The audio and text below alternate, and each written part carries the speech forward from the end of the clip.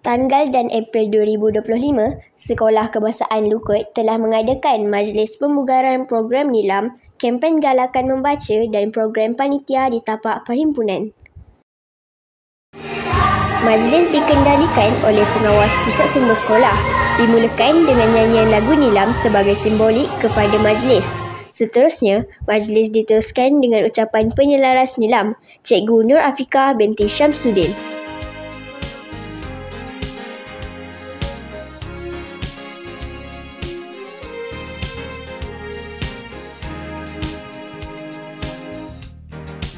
Majlis telah diserikan dengan kehadiran tetamu daripada pihak Blinkbook, SDN BHD, kartunis Uncle Uneh, Raja Pensel Warna dan disempurnakan oleh Guru Besar SK Lukut, Puan Junaidah binti Janian. Tahun lepas saya boleh buat, tahun ni aku tak buat. TV dah tahu bang Uneh, TV9 Seterusnya, Uncle Uneh memberikan ucapan dan berkongsi pengalaman beliau dalam bidang seni pensel warna serta memberikan motivasi dan galakan kepada murid SK Lukut agar menunjukkan bakat yang terdapat dalam diri masing-masing. Seterusnya, ucapan daripada Guru Besar dan menyempurnakan gimik majlis serta merasmikan majlis. Cikgu Anwariza adalah guru yang bertanggungjawab membuat gimik yang menarik pada majlis ini.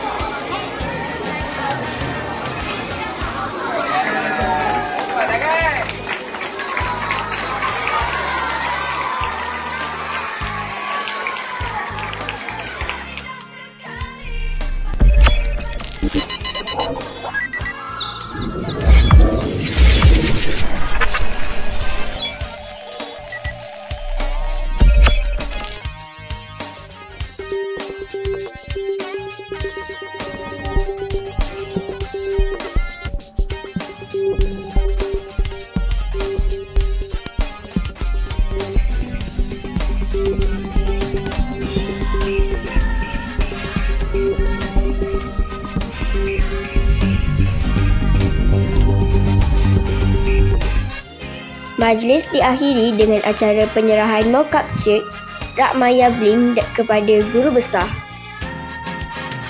Dia apa ni? Okey, nampak? Ini apa kok? Bayangkanlah, itu melukis ni bagus. Sebab kita berimajinasi, kita akan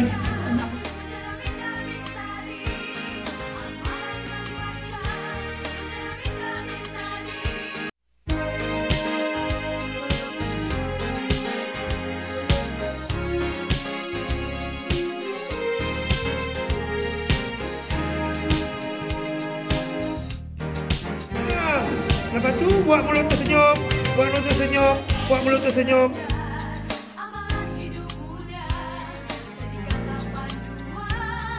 Semua mulut tersenyum dengan hijau yang gelap. Pegang. Pegang. Naik ke atas. Pegang lahan. Pegang. Macam ni, ikut kaedah Uneh. Masukkan. Dah! Macam tu. Jangan ikut muka saya. Itu saja nak tarik perhatian murid-murid. Alamak ni. Dah. Tak payah tekan. Lahan aja. Cepat kita siapkan kawasan ni. Tekan. Bawah batang pokok ni tekan. Bawah pokok ni, batang pokok ni.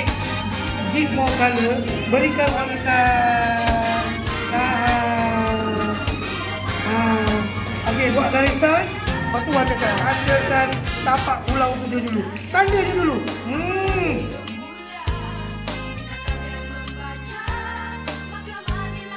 Tanda je bawah tu.